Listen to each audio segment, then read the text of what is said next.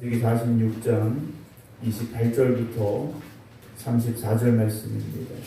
창세기 46장 28절부터 34절입니다.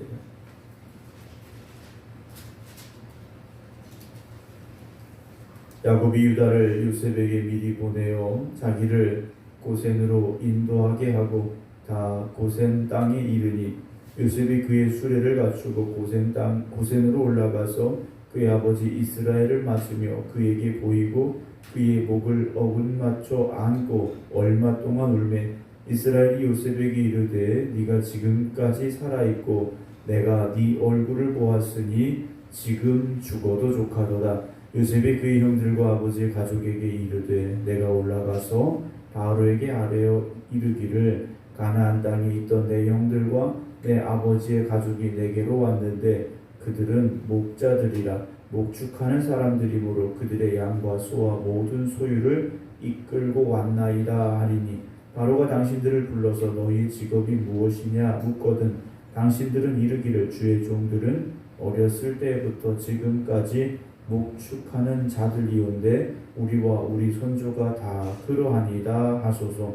애굽 사람은 다 목축을 가증히 여기나니 당신들이 고센 땅에 살게 되리다. 아멘. 할렐루야. 항상 하나님의 도우심과 하나님의 은혜 가운데 살아가는 모든 성도들 되시길 주님의 이름으로 축원합니다. 온라인으로 예배드리고 계신 김건옥 권사님, 박영묘 권사님, 안친환 권사님, 임승자 집사님, 김미화 권사님, 김성조 권사님, 박경훈 성도님, 종옥봉 권사님 주님의 이름으로 축복합니다. 임승자 집사님 오늘도 온라인으로 함께 예배드리고 계신데요. 병원에 있는 시간이 언제까지다 딱 이렇게 정해졌으면 좋을 텐데 몸의 상태를 이제 봐가면서 또 치료하고 수술받고 회복되는 기간이기 때문에 그 시간이 좀 길어질 것 같습니다.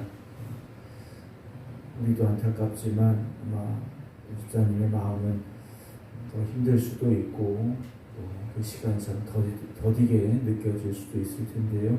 하나님께서 함께 하셔서 병중에 있지만 그곳에서 또 하나님의 깊은 은혜를 누리시고 또 하나님의 사랑 가운데서 잘 회복될 수 있도록 우리 성도님들 생각나실 때마다 또 기도해 주시기를 부탁을 드립니다. 누군가 나를 위해서 기도해 주고 있다라는 것, 누군가 나를 걱정해 주고 또 염려해 주고 있다라는 게 참 많은 힘이 될 때가 있습니다. 물론 하나님 나와 함께 하시고 하나님의 은혜 또 하나님의 사랑 가운데 살아가면 우리가 고백하지만 주변의 도움 또 주변의 위로 주변의 사랑도 분명히 필요합니다. 그래서 우리가 함께 신앙생활을 하고 있다라는 것이죠. 하나님의 사랑 하나님의 위로만 있다면 여러분 굳이 교회까지 오지 않으셔도 상관없지만 우리가 이 교회라는 공동체 안에서 서로에게 위로받고 또 위로해주고 또 서로를 사랑하고 사랑해주는 그래서 서로가 힘이 되어줄 수 있는 그런 아름다운 교제가 또 이 교회라는 공동체 안에서 있게 되기 때문에 우리가 함께 또 신앙생활하고 있는 것 같습니다. 생육교부들 성도 여러분들이 함께하는 성도들에게 위로가 되고 또 사랑을 줄 수 있고 또 힘이 되줄 수 있는 그런 아름다운 교제가 있는 우리 생각교회 되기를 주님의 이름으로 축원합니다. 이제 야곱이 바로가 보낸 수레를 타고 또 자기 아들 요셉이 기다리고 있는 애굽 땅으로 이제 내려오게 되는데요. 오늘 28절을 보게 되면 야곱이 유다를 요셉에게 미리 보냈습니다. 자기를 고센으로 인도하게 하고 다 고센 땅에 이르렀다라고 되어 있는데 요즘이야 통신수단이든 교통수단이든 여러 가지로 다 발달되어 있습니다만 야곱이 애굽으로 내려가는 이 시점에 전화가 있습니까? 뭐가 있습니까? 사람이 가서 소식을 전할 수밖에 없는 상황이죠. 지금부터 거의 3,700년, 3,800년 전의 상황이라는 겁니다. 그래서 야곱의 마음은 요셉을 빨리 보고 싶었겠죠. 그래서 유다를 먼저 요셉에게 보냈습니다. 그리고 그들 일행이 이제 요셉이 말한 고센 땅에 이제 도착을 했는데요. 29절 요셉이 그의 수레를 갖추고 고센으로 올라갔다라고 되어 있습니다. 요셉이 수레를 갖추고 올라갔는데 어떤 수레입니까? 바로 다음 누군가는 이 애굽의 총리로서의 행렬을 하고 올라갔다라는 거죠.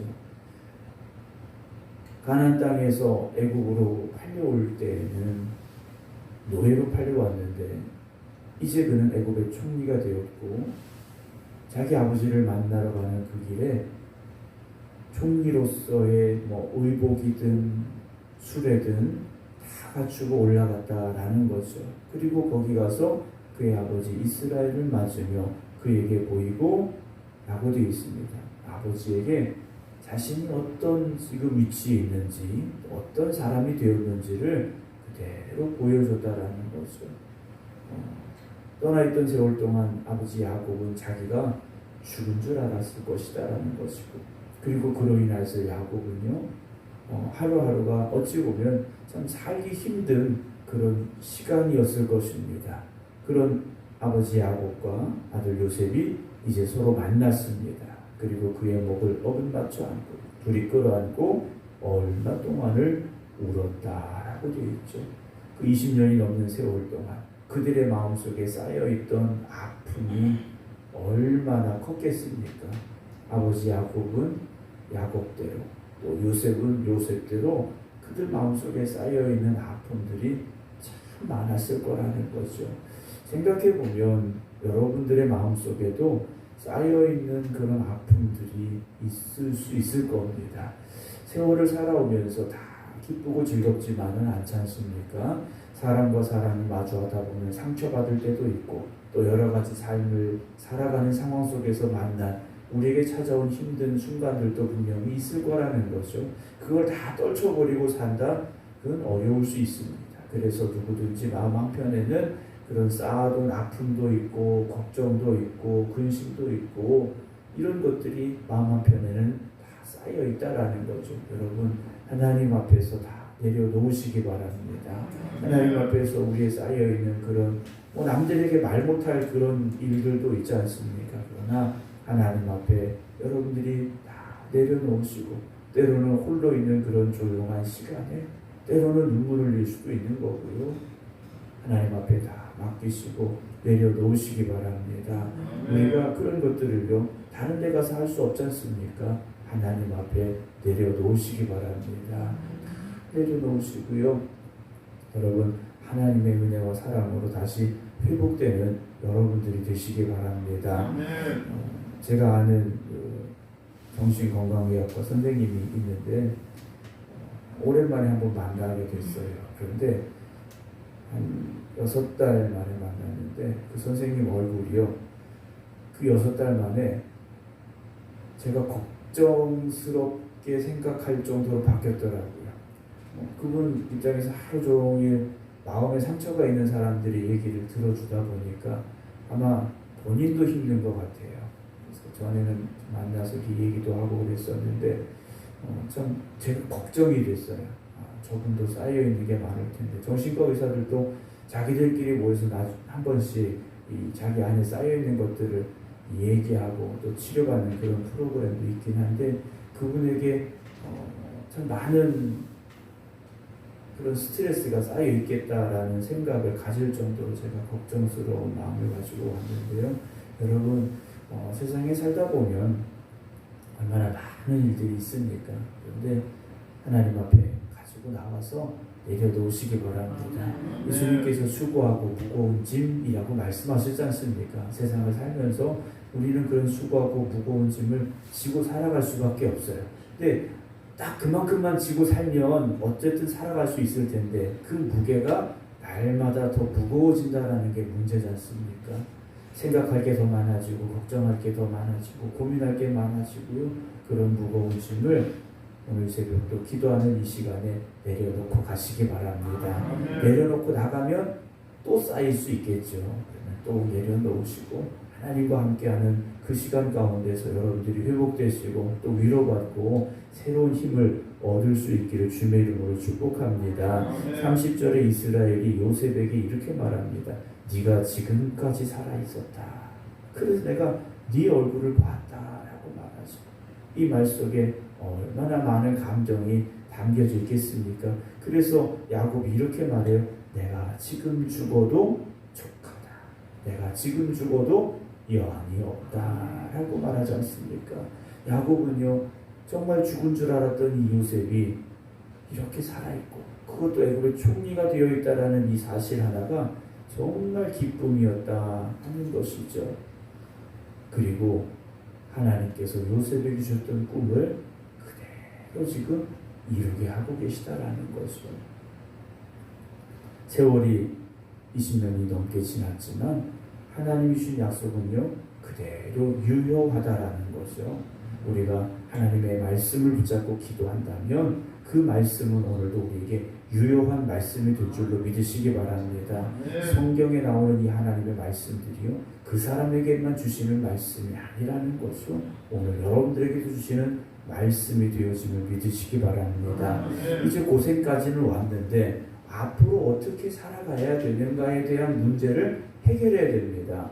70명의 가족들이 다 내려왔는데 실제는 그보다 더 많은 이들이 내려왔는데 어떻게 해야 되느냐? 31절 요셉이 그의 형들과 아버지의 가족에게 이르되 내가 올라가서 바로에게 아뢰어 이르기를 가나안 땅에 있던 내 형들과 내 아버지의 가족이 내게로 왔는데 그들은 뭐하는 사람들이냐? 목자들이라 목축하는 사람들이므로 그들의 양과 소와 모든 소유를 이끌고 왔나이다. 내가 먼저 바로에게 이렇게 얘기하겠습니다. 그러면 33절에 바로가 당신들을 만나자고 한번 부를 텐데 너희 직업이 뭐냐? 뭐하는 사람들이냐? 묻거든 34절 당신들을 이르기를 주의 종들은 어렸을 때부터 지금까지 목축하는 사람들입니다.